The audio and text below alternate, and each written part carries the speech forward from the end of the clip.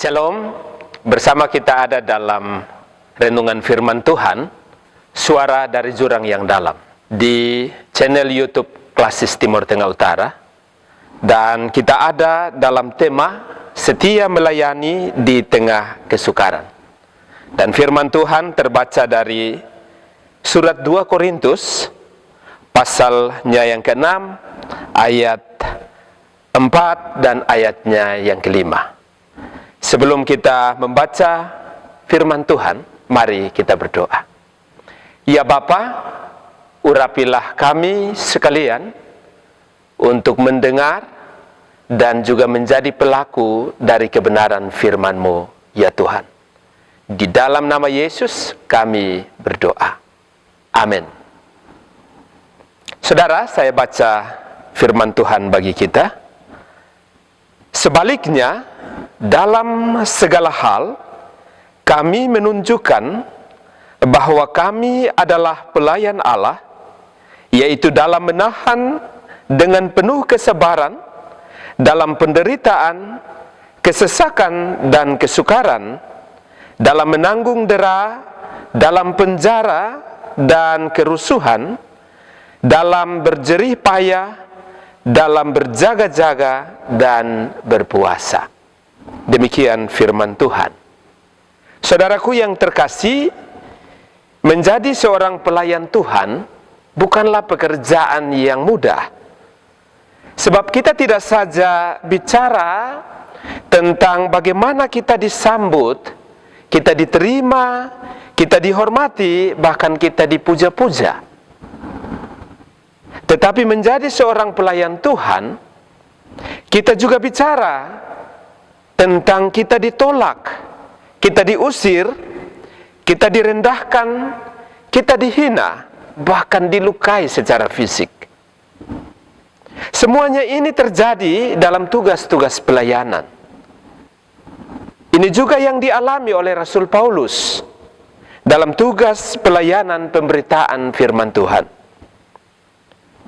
Namun menarik, saudara-saudari, karena pengakuan Paulus dalam surat ini bahwa hidupnya terbentuk justru melalui penderitaan, kesesakan, dan rupa-rupa kesukaran yang ia alami dalam tugas panggilannya.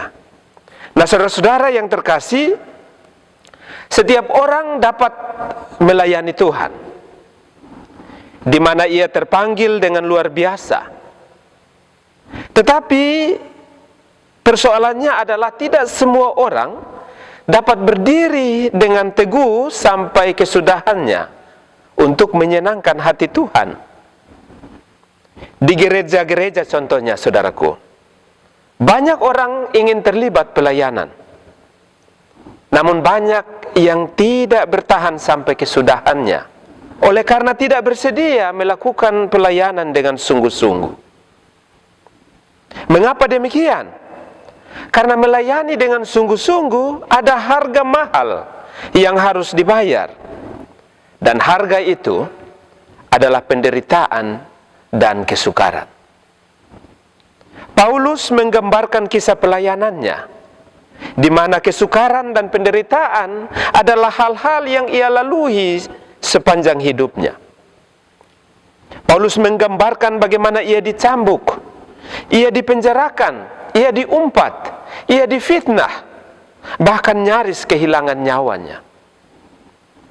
Tetapi saudara, bagaimana Paulus tetap bertahan, menghadapi dan menang sampai pada kesudahannya?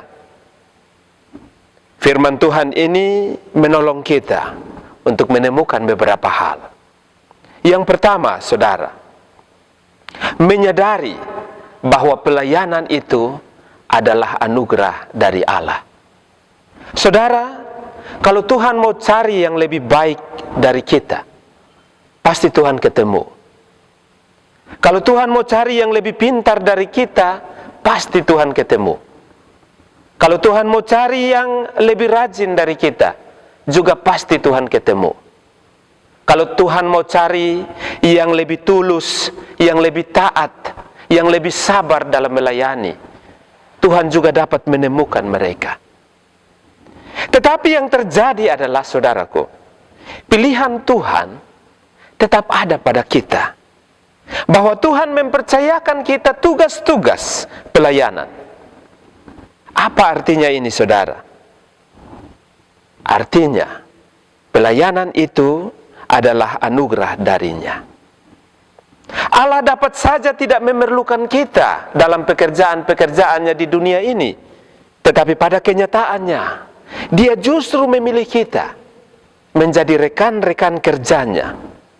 Dan Dia juga memberkati kehidupan kita. Ada ilustrasi, saudaraku. Dalam suatu penerbangan pesawat, ada dua orang sombong yang duduk bersama-sama. Yang satu seorang pendeta, dan yang satu seorang pilot.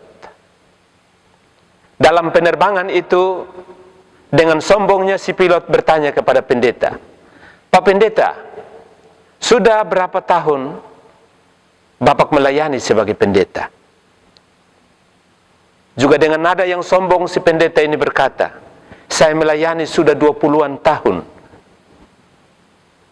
Dan kemudian si pilot bertanya, "Kalau memang Pak Pendeta sudah melayani bertahun-tahun lamanya, dapatkah Bapak Pendeta mengucapkan doa Bapa kami, tetapi dari bahagian akhirnya?" Si pendeta mengatakan, "Kalau yang demikian saya tidak bisa. Saya bisa berdoa dengan menggunakan doa Bapa kami, tetapi dari bagian awalnya." Dan si pilot ini bilang, "Kalau begitu, sebenarnya Bapak Pendeta belum berpengalaman." Dalam perjalanan itu, saudaraku, si pendeta ini juga balik bertanya kepada si pilot, "Sudah berapa lama kamu menjadi pilot?" Dan dengan sombong si pilot ini berkata, "Saya sudah menerbangkan pesawat 25 tahun lebih. Sudah ribuan jam saya terbang bersama-sama dengan pesawat."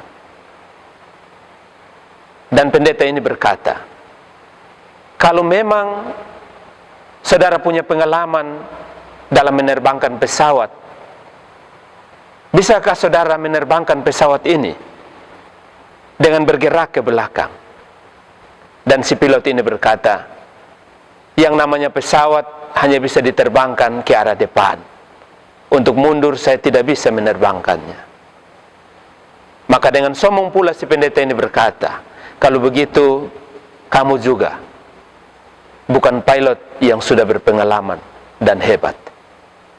Nah, saudaraku yang terkasih, jadi jika kita pahami bahwa pelayanan adalah anugerah Allah, maka jangan pernah kita melayani dalam kesombongan. Jangan juga kita melayani Tuhan dengan menghakimi pelayanan orang lain. Jangan kita melayani dengan egois. Jangan juga kita merasa paling hebat dan dapat bekerja tanpa orang lain. Sebab para pelayan yang demikian, mereka tidak pernah menyadari bahwa pelayanan itu adalah anugerah Allah. Dan mereka justru melayani diri mereka sendiri. Mereka bukan melayani Allah dan menyenangkan hati Allah. Mereka melayani untuk kepuasan diri sendiri dan untuk menyenangkan diri sendiri. Saudara yang terkasih, dengan kemurnian hati Paulus menyadari anugerah Allah ini. Ia terima, ia hargai, ia hidupi karunia Allah ini dalam seluruh tugas dan panggilan pelayanannya. Ketika penderitaan dan kesukaran datang, Paulus justru menang dan dia berdiri dengan teguh. Yang kedua, saudaraku, dari firman ini kita belajar bahwa setialah dan bersabar dalam penderitaan. Tuhan tidak memberikan kepada kita kesabaran seperti memberi sebuah hadiah yang kita terima secara langsung. Tetapi ia membentuk kita menjadi pribadi-pribadi yang belajar sabar justru dari peristiwa-peristiwa yang terjadi di sekitar hidup kita. Seorang suami belajar menghadapi istrinya yang cerewet mungkin. Seorang istri belajar sabar untuk mengatur rumah dan keluarga. Orang tua belajar sabar saat anak-anak mungkin sulit sekali untuk diatur. Para pegawai, para karyawan belajar sabar saat beban-beban tuntutan-tuntutan pekerjaan menekan.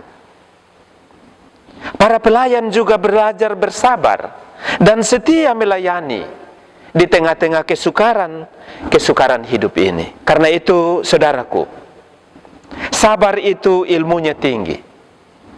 Karena belajarnya setiap hari, latihannya tiap saat, dan ujiannya bisa saja mendadak. Sekolahnya seumur hidup.